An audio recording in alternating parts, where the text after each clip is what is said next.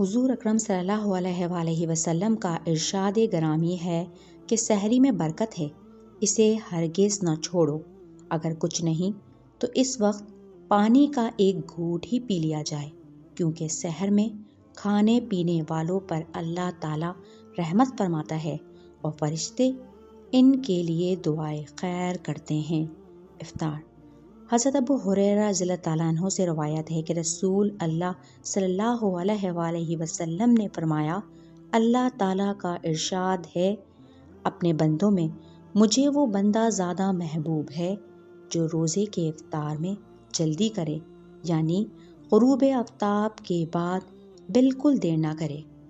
حضرت سلمان بن عامر رضی اللہ تعالیٰ عنہ سے روایت ہے کہ رسول اللہ صلی اللہ علیہ وآلہ وسلم نے ارشاد فرمایا، جب تم میں سے کسی کا روزہ ہو تو وہ کھجور سے افطار کرے، اور اگر کھجور نہ پائے تو پھر پانی ہی سے افطار کرے، اس لیے کہ پانی کو اللہ تعالیٰ نے طہور بنایا ہے۔ حضرت انس رضی اللہ تعالیٰ عنہ سے روایت ہے کہ رسول اللہ صلی اللہ علیہ وآلہ وسلم مغرب کی نماز سے پہلے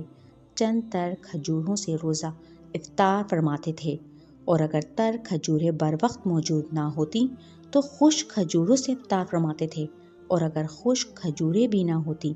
تو چند گھونٹ پانی پی لیتے تھے۔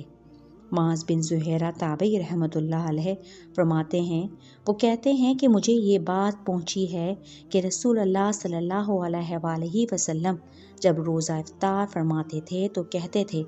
اللہم لک صمت وعلی رزقک افطرت۔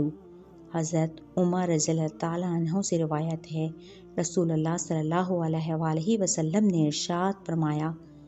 روزے دار کی ایک بھی دعا افطار کے وقت مسترد نہیں ہوتی۔